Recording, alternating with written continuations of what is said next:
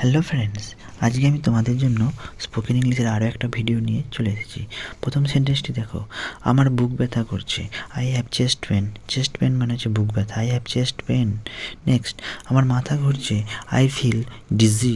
DG মানে হচ্ছে মাথা ঘোরা, আর ফিল মানে হচ্ছে অনুভব করা। তাহলে আমার মাথা ঘুরছে, এটাকে ইংলিশে বললে হবে I feel dizzy. I feel dizzy. Next সেন্টেন্সটি দেখো কী আছে, আমি বমি করছি। I am vomiting. ভমিট মানে হচ্ছে বমি, আর অ্যাম ভমিটিং মানে হচ্ছে কন্টিনিউয়াস হচ্ছে, তাই বমি করছি। তাহলে আমি বমি করছি, এটাকে ইংলিশে কী বলা হবে? I am vomiting.